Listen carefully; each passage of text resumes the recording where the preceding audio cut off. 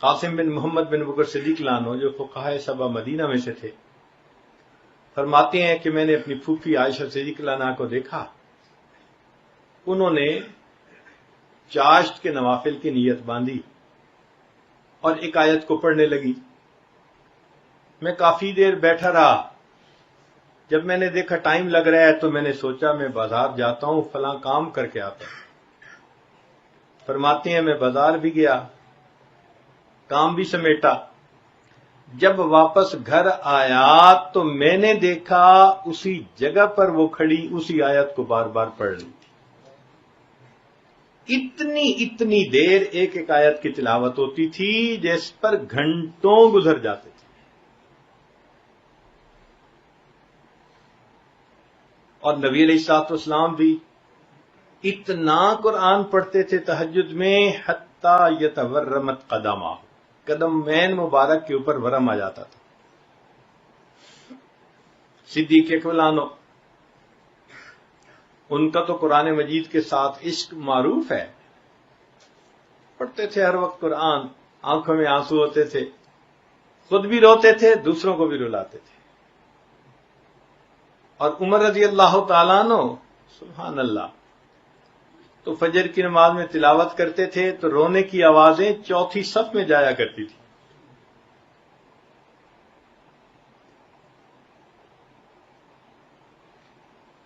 سیدنا امام اعظم ابو حنیفہ رحمۃ اللہ علیہ کے بارے میں لکھا ہے کہ 40 سال عشاء کے وضو سے فجر کی نماز کا معمول رہا۔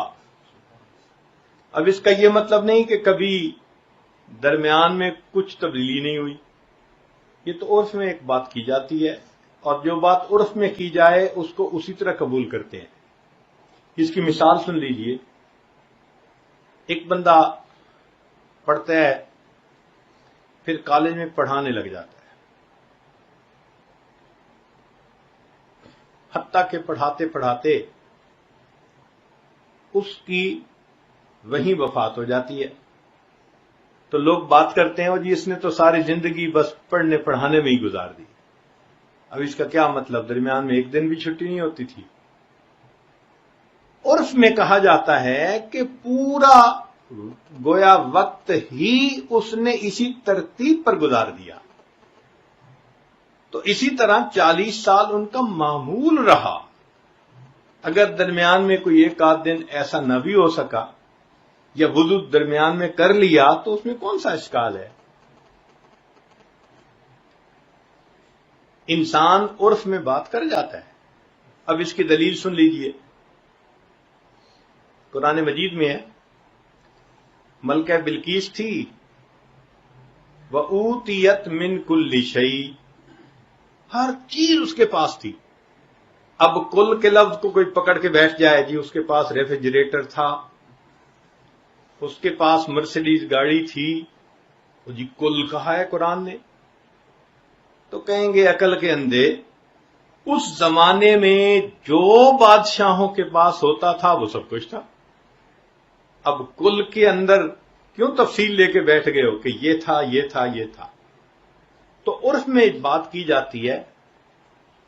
تو اسی طرح یہ کہا کہ 40 سال عشاء کے وضو سے فجر کی نماز پڑھی، معمول تو رہا نا ان کا۔ خود امام شافعی رحمۃ اللہ علیہ فرماتے ہیں، میں مکہ مکرمہ سے مدینہ طیبہ گیا تو مجھے 16 دن لگے راستے میں، اور میں نے اس دوران 16 مرتبہ قرآن مجید کو مکمل پڑھ لیا۔ اتنا قرآن پاک پڑھا کرتے تھے۔ اب ذرا ہم اپنی زندگیوں کو دیکھیں، کتنی تلاوت ہے ہماری زندگیوں میں۔ اکثر تو ایسے کہ قرآن پڑھتے ہی نہیں ہیں۔ اکثریت کی زندگی میں قرآن کی تلاوت آج نہیں ہے، اور جو پڑھتے بھی ہیں تو وہ بھی پاؤ پڑھ لیا، آدھا پارہ پڑھ لیا، مشکل سے ایسے لوگ ہوں گے جو ایک پارہ پڑھتے ہوں گے۔ تو اس کا مطلب ہے کہ ہم اپنی روح کو غذا پہنچا ہی نہیں رہے۔ بھائی کھانا تو کھاتے ہیں دن میں 3 مرتبہ، اور اگر ایک دن کھانا نہ ملے نہ ناشتہ، نہ دوپہر کا کھانا، نہ رات کا کھانا، تو اگلے دن اٹھتے ہوئے سر چکراتا ہے، کھڑا نہیں ہوا جاتا۔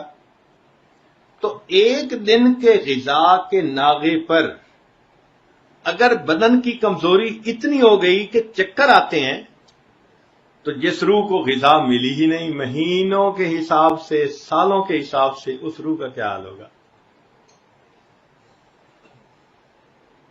اس لیے اللہ تعالیٰ نے دن میں 5 وقت نماز متعین فرمائی کہ میرے بندوں کو دن میں 5 مرتبہ روحانی غذا ملنی چاہیے۔ جو 5 نمازیں پڑھتا ہے اس کی روح کو 5 مرتبہ نورشمنٹ مل جاتی ہے اور انسان روحانی طور پر مضبوط محسوس کرتا ہے۔ پھر تیسری چیز اللہ کا ذکر، اس سے بھی نور اترتا ہے، اور اس کی دلیل قرآن عظیم الشان میں حدیث مبارکہ میں بھی ہے۔ نبی اسلام نے فرمایا جب کچھ لوگ اللہ کی یاد کے لیے اکٹھے ہوتے ہیں، نازلت علیہم السکینہ، ان پر سکینہ نازل ہوتی ہے۔ اور قرآن مجید میں سکینہ کا مطلب نور، فَأَنزَلَ اللَّهُ سَكِينَتَهُ عَلَى رَسُولِهِ وَعَلَى الْمُؤْمِنِينَ۔ تو سکینہ نور کو کہتے ہیں، برکت کو کہتے ہیں۔ تو یہ ذکر کرنے پر انسان کے اوپر سکینہ نازل ہوتی ہے۔ جتنی دیر ذکر کرتا رہے گا اتنی دیر روح کو غذا ملتی رہے گی، چاہے زبانی ذکر کرے یا چاہے قلبی ذکر کرے۔ اس لیے فرمایا کہ جب تم جنت کے باغوں میں جاؤ تو چر لیا کرو۔ صحابہ نے پوچھا جی جنت کے باغ کیا؟ فرمایا حلق الذکر، ذکر کے حلقے۔ تو معلوم ہوا کہ یہ جو ذکر کے حلقے ہیں ان پر اللہ کی طرف سے رحمتیں اترتی ہیں۔ اور حدیث پاک میں ہے کہ جب کچھ لوگ اکٹھے ہوتے ہیں من بلاد شتیٰ، مختلف شہروں سے، وقبائل شتیٰ، مختلف قبیلوں برادریوں کے، ایک جگہ اللہ کو یاد کرنے کے لیے اللہ ان کے اوپر اپنی رحمت نازل فرما دیتے ہیں۔ تو ذکر سے بھی انسان کی روح کو غذا ملتی ہے۔ اور ہم کتنا ذکر کرتے ہیں؟ پوچھو ذرا، ناشتے میں لگتا ہے آدھا گھنٹہ، اور دوپہر کے کھانے میں ماشاء اللہ 1 گھنٹہ، اور رات تو باہر کھانے کی عادت ہوتی ہے نا کئی لوگوں کو، تو لگاتے ہیں 2 گھنٹے۔ تو جہاں کھانے پہ 3 گھنٹے 24 میں سے لگا دیے، وہاں ذکر کے لیے کوئی کہتا ہے 5 منٹ، کوئی کہتا ہے جی 2 منٹ، کوئی کہتا ہے 10 منٹ۔ بھائی اگر کسی پرائمری بچے کو کہے نا، پرائمری پڑھنے والے بچے کو کہ بچے تو نے 15 منٹ روزانہ پڑھنا ہے، وہ پرائمری امتحان میں پاس نہیں ہو سکتا، تو کیا 15 منٹ روزانہ مراقبہ کرنے والا ولایت کے امتحان میں پاس ہو جائے گا؟ اور نرسری کلاس میں 15 منٹ روز پڑھے اور پھر کتاب ہٹا لو اس سے، تو 15 منٹ پڑھ کے تو وہ نرسری میں پاس نہیں ہو سکتا، تو 15 منٹ مراقبے کر کے ہم کہاں ولایت کا نور پائیں گے؟ تو اس لیے ہمیں چاہیے کہ ہم ذکر زیادہ کریں۔ ہمارے مشائخ نے اس کا آسان طریقہ یہ بتا دیا کہ بھئی دیکھو تم ہر وقت بیٹھے تو نہیں رہ سکتے سب کام چھوڑ کے، تو اس کا بہترین طریقہ دست بکار دل بیار، ہاتھ کام کاج میں مشغول، دل اللہ کی یاد میں مشغول، تو تمہیں گھنٹوں وہ رحمت، وہ نور اپنے دل میں جمع کرنے کا موقع مل جائے گا۔ یہ نغمہ فصل گلو لالا کا نہیں پابند، بہار ہو کے خزاں لا الہ الا اللہ۔